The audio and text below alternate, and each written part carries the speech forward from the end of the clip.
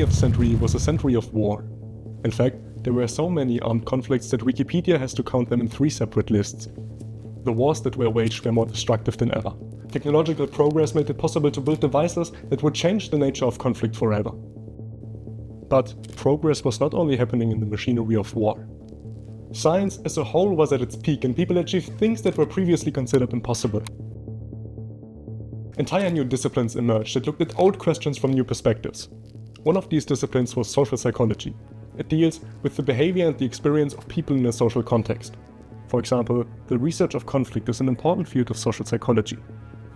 Understanding the reasons for prejudice and intergroup rejection could enable social psychologists to make a significant contribution to end mistreatment, alleviate tensions between countries, and promote worldwide peace.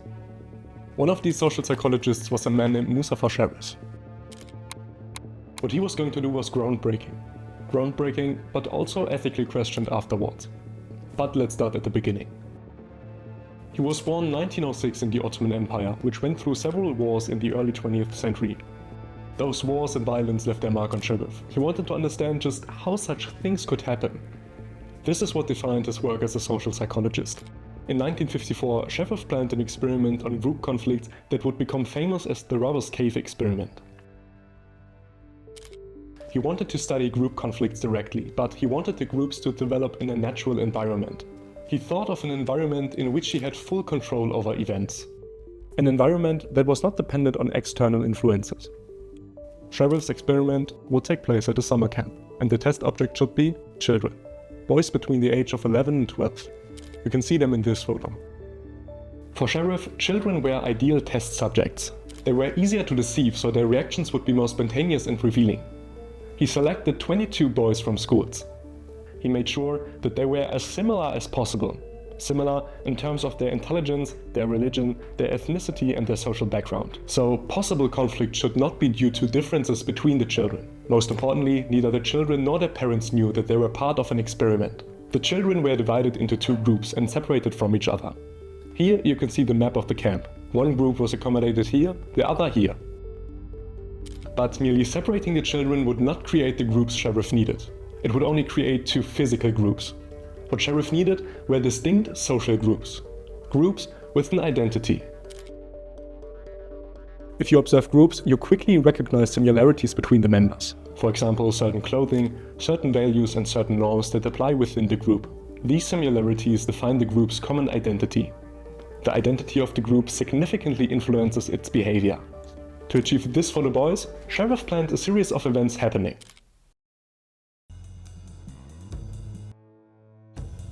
First of all, the children would spend a lot of time together. They prepared meals, played baseball and went swimming.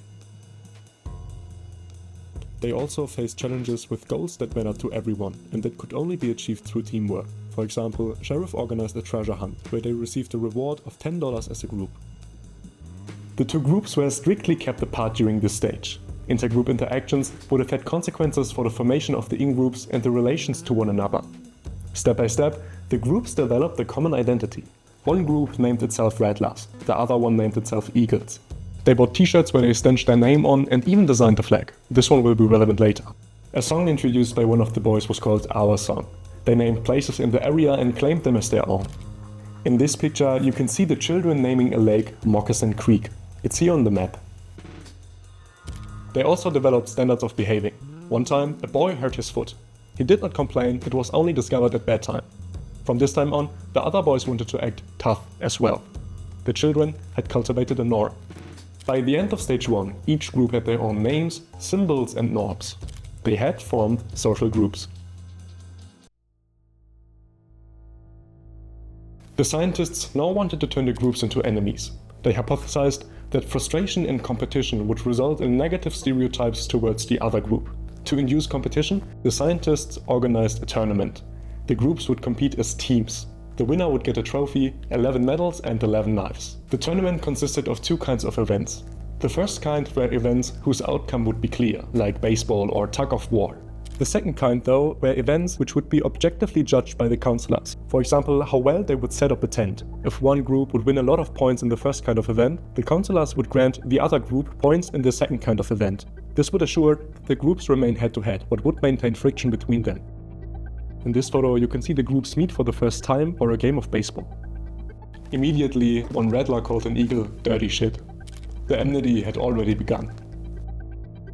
After the first baseball game, the winners initially behaved in a spirit of good sportsmanship. But by the second day, this was already replaced by increased name-calling, hurling invectives and derogation of the other group. They played a game of tug of war, which the rattlers won. They cheered, and quote, victory was on every rattler's tongue that night. The eagles, on the other hand, were really downhearted. They discussed their defeat and some cried. When they wanted to get back to their cabin, they spotted the rattler's flag on a field. They teared it down, but with that, it was not done. They decided to burn it and hang the scorched remnant back up. The flag burning incident created enough tension between the groups that the researchers no longer had to artificially induce frustration. When the rattlers found their burned flag, they confronted the eagles, resulting in a physical fight between the groups that had to be stopped by the counselors. After that, the rattlers decided to raid the eagles' cabin that night. They entered their cabin, turned beds over and ripped screens from the windows. The rattlers had stolen the jeans from the eagles. The next day, they tied the jeans to a stick and carried them around like a trophy. The eagles were furious and immediately wanted to raid the rattlers back. This was prevented by the staff though, because the eagles mentioned that they would use rocks as weapons. What we saw in the camp is typical for many conflicts. An ever-widening spiral of violence.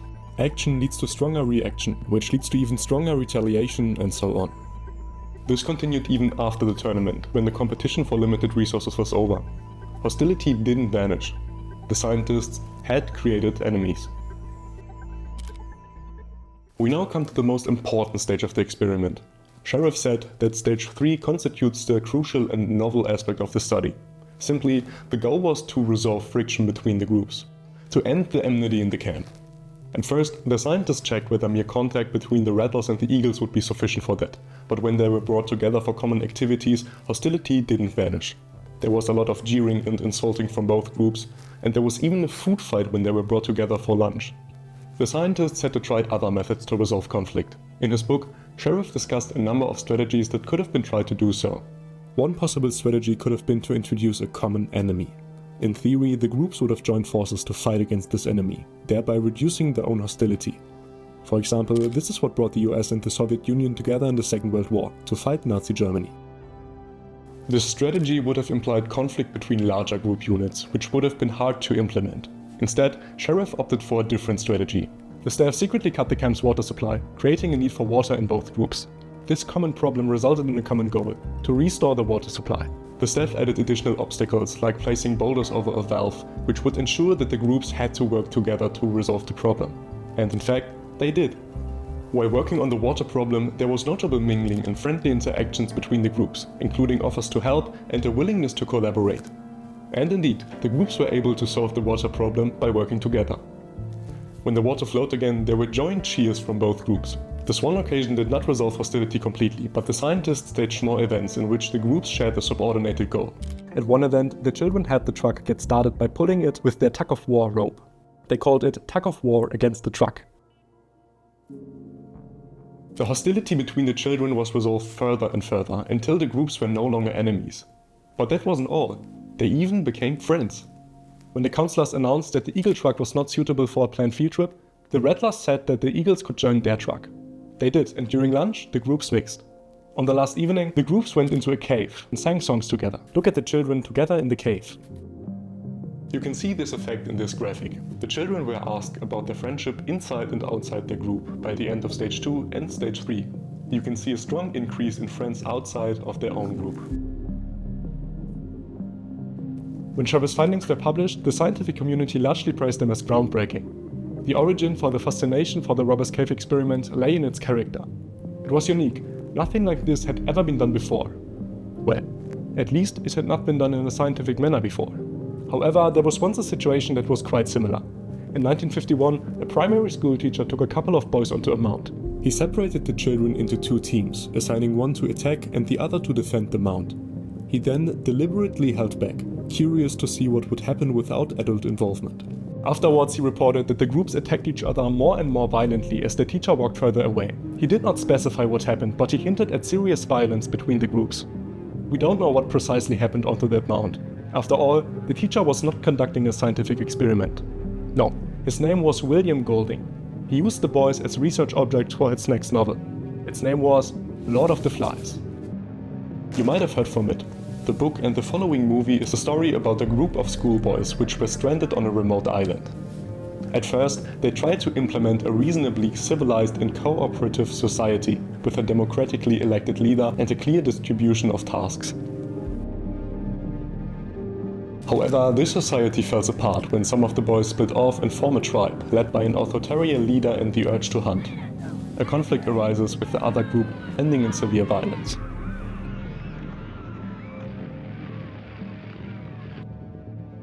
After publishing, Sherif's experiment was often compared to Golding's novel, but actually, they were not alike. Well, obviously one was an artistic work, the other a scientific one. But they were also different in their underlying understanding of human nature. Golding thought humans would bear a true dark side of savagery within themselves, which is only suppressed by society. Sherif's approach was different. He thought that prejudice and conflict weren't rooted in human nature, but rather in societal environments that fostered inequality and allowed discrimination and violence to thrive. Sherif said the reason for conflict in his setting were the limited resources the groups were competing for. It would now be easy to say that Sherif was right and Golding wasn't. After all, he conducted a scientific experiment. But after some time, criticism on Sherif's experiment developed. First of all, there's normally a control group in psychological experiments. While the experimental group is manipulated by certain conditions, the control group undergoes no such manipulation. It represents a baseline with which the behavior of the experimental group is compared after the experiment.